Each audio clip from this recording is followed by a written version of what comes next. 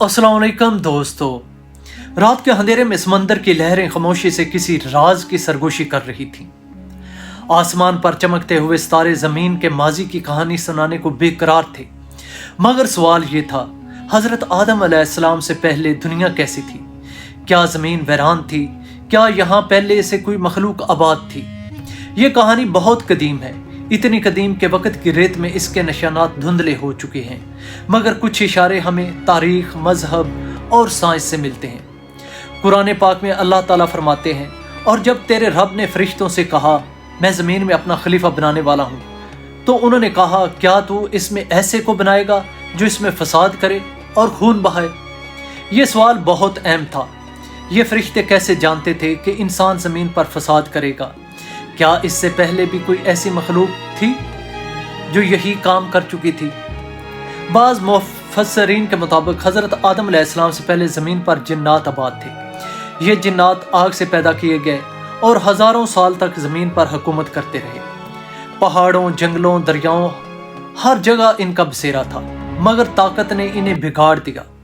वो जंगें लड़ने लगे और एक दूसरे पर जुल्म करने लगे और ज़मीन पर खून बहाने लगे।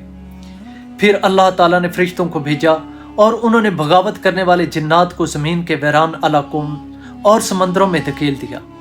कुछ नेक जिन्नात ने माफ़ी मांग ली और वो आज भी दुनिया में पोशीदा ज़िंदगी गुजार रहे हैं, शायद कहीं हमारे आसपास।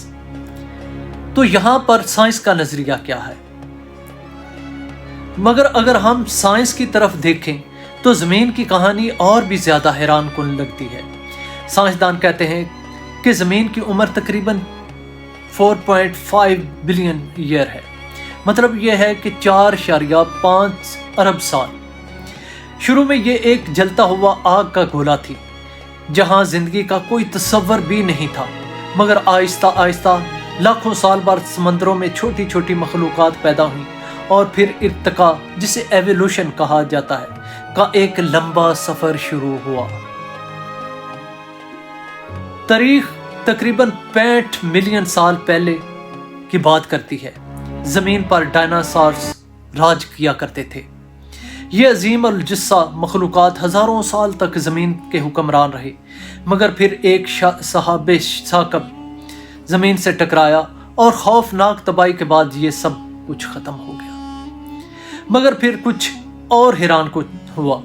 इंसान से पहले भी कुछ मखलूकात जमीन पर मौजूद थीं जो इंसानों से मिलती जुलती थी।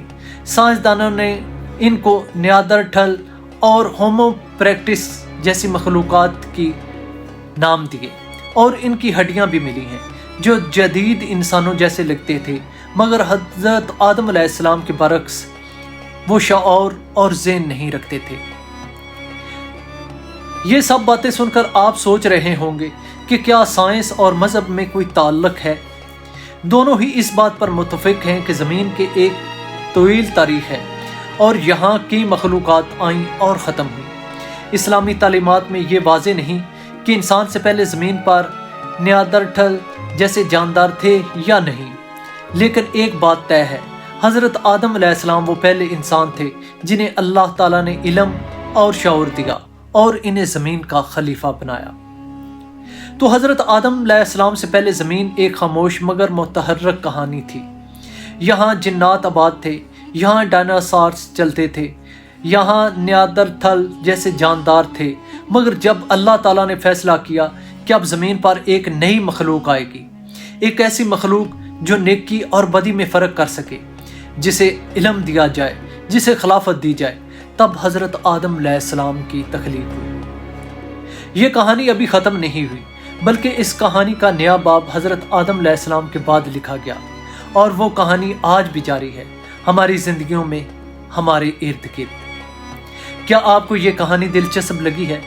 ऐसी मज़ीद कहानियों के लिए हमारे चैनल को सब्सक्राइब करें और कमेंट्स में अपनी राय का इजहार करना मत भूलिएगा। मिलेंगे कल एक नई मालूमाती वीडियो के साथ। अस्सलामु अलैकुम।